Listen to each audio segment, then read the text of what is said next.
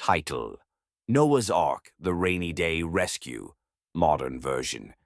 Noah wasn't a superhero. He was just a kind man who loved animals, nature, and God. He lived in a small town where people didn't really listen to good advice anymore.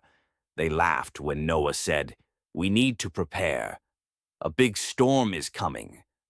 God had told Noah to build something special, a giant boat called an ark. So every day Noah hammered and painted while his neighbors posted funny videos of him online. But Noah kept working. He brought in 2 of every animal: kittens, puppies, parrots, pandas, even bees in little jars. Then the sky turned dark. Raindrops fell. Drip, drip, drip. Then pour. The roads flooded. The power went out. But inside the ark it was safe and warm.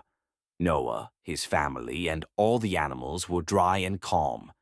After many days, the rain finally stopped. A rainbow stretched across the sky, God's way of saying, "I keep my promises."